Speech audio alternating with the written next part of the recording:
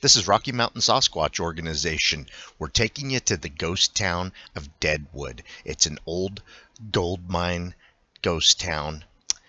It was being used by a helicopter logging crew when they had 3 Bigfoot sightings in 24 hours, and in the rest of the summer, a lot of the loggers felt like they may have had Bigfoot experiences where they did not see the Bigfoot, but in 24 hours, 3 Bigfoot sightings. It's just unprecedented. 5 people saw it in the 24 hours. We're going to take you through the Bigfoot sightings and show you the area.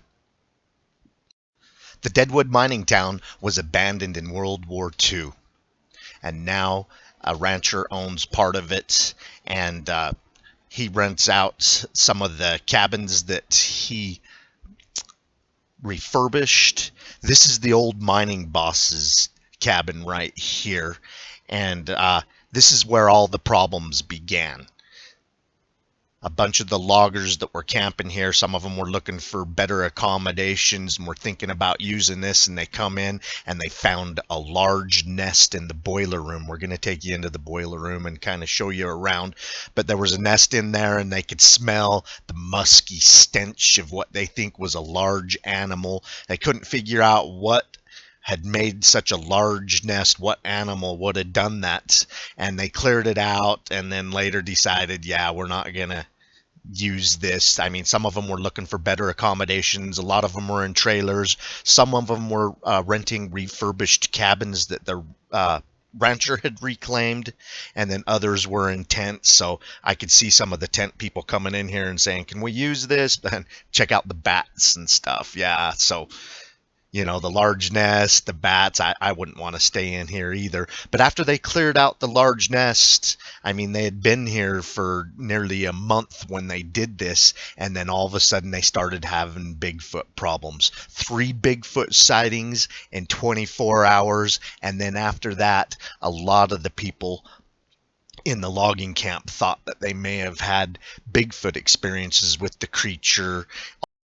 After the first 24 hours, nobody saw the creature. A lot of people thought that they had Bigfoot experiences, but there was 5 people in 3 different sighting events, and we're going to walk you through each one of these sighting events. But me following the story and the timeline, everything seemed to have started here once they come in here and removed the nest out of the boiler room.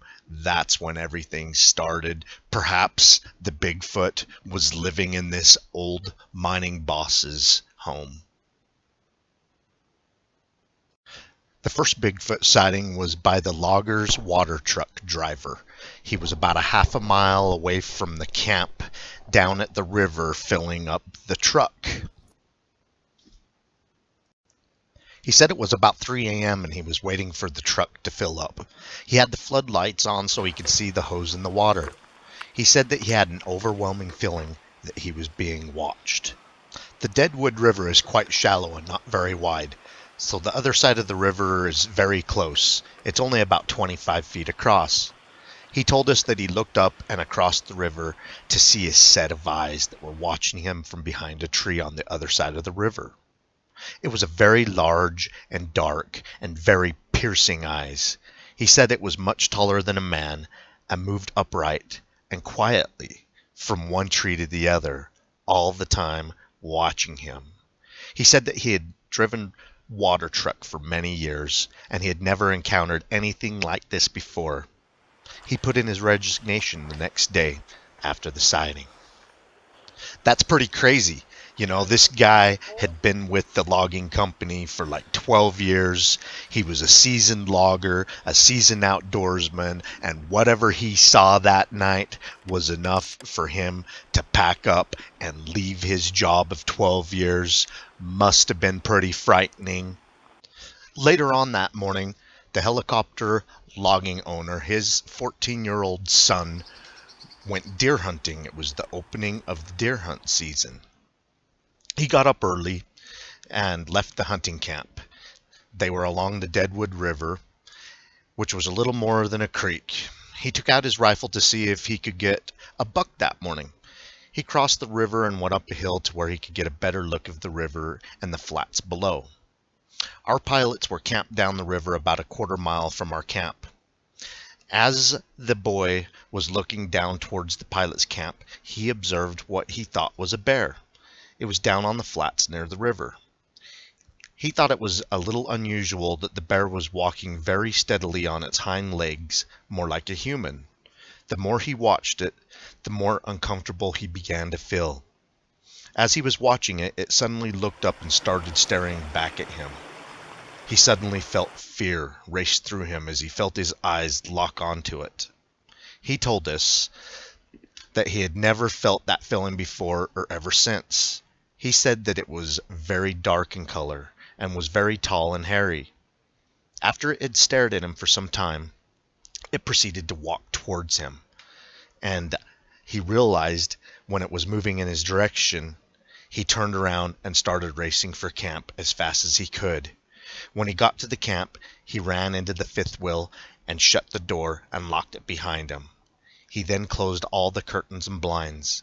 He was absolutely scared to death, and the thing that he saw coming at him, he couldn't get it out of his head, and he wouldn't come out of the camper until his mother came to pick him up a couple of days later. He kept the door locked all the time, the curtains drawn, even in broad daylight. The teenager described a dark brown to black covered creature, bipedal animal, that obviously had hands and not paws. The creature was somewhere near 8 feet tall and would move from one tree to the next, staying behind each one, trying to stay hidden as it moved towards the witness. The trees in that area were around 2 feet thick, and the thickness of the animal's torso was greater than the tree width. The witness felt a deep sense of fear. He said it felt like he was a quarry and was being stalked. He has not returned to the sighting area since. The final Bigfoot sighting was by the logging boss and his 2 sons.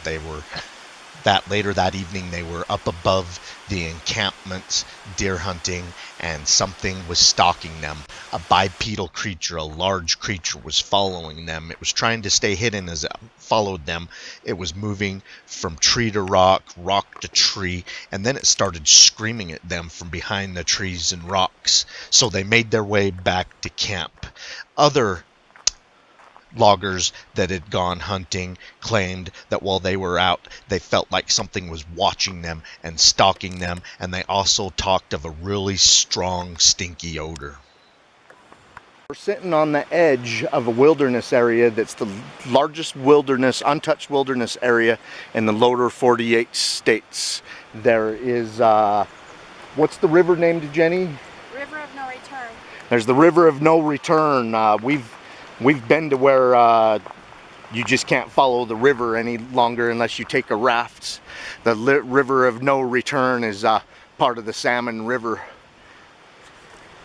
that runs through this wilderness area, and we're on the opposite side of the River of No Return from what I understand. So between us and the River of No Return, there's just nothing but forest, animal habitat.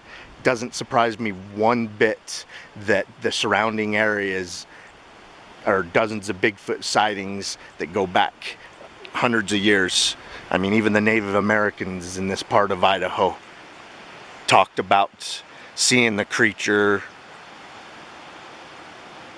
And back then, before the term Bigfoot was coined, they called them wild men. And the Native Americans also had many of their own names. A lot of them were, you know, the wild man of the woods, and in their language. I know from Utah, where we're from, there's a tribe of Indian, the Shoshone. I don't recall the word that they used, but when translated to English, it meant the cannibal giants.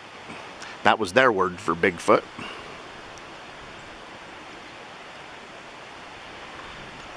All right, folks, well, Jenny, Derek, and I, we got a lot more miles to put in Bigfooting this weekend. Of course, we know because someone saw a Bigfoot 20 years ago at this very location. All those sightings, Bigfoot doesn't sit on his thumb in one spot. So we're gonna have to spread out from this location and start looking around, and there's other Bigfoot sighting hotspots and sightings from here that we're gonna look into.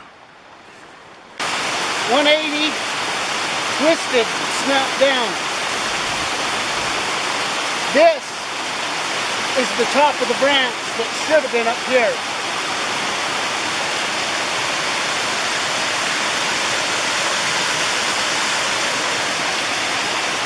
Anything could have did though. Yeah.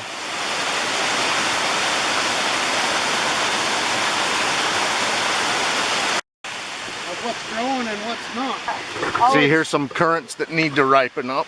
And All something these that's ones, already eaten them. most of these are all eaten. You know, it's more than likely the bears that have been up here eating them, but you know Bigfoot does. If he's an omnivore, he's gonna just... A little bit redder ones right there in the middle.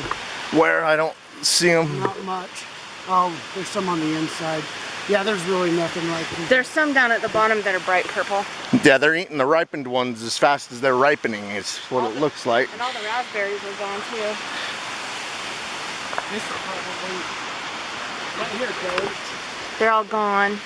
Oh, there's some. Great food source right by a water source. Great place for a game cam. Yeah, no kidding.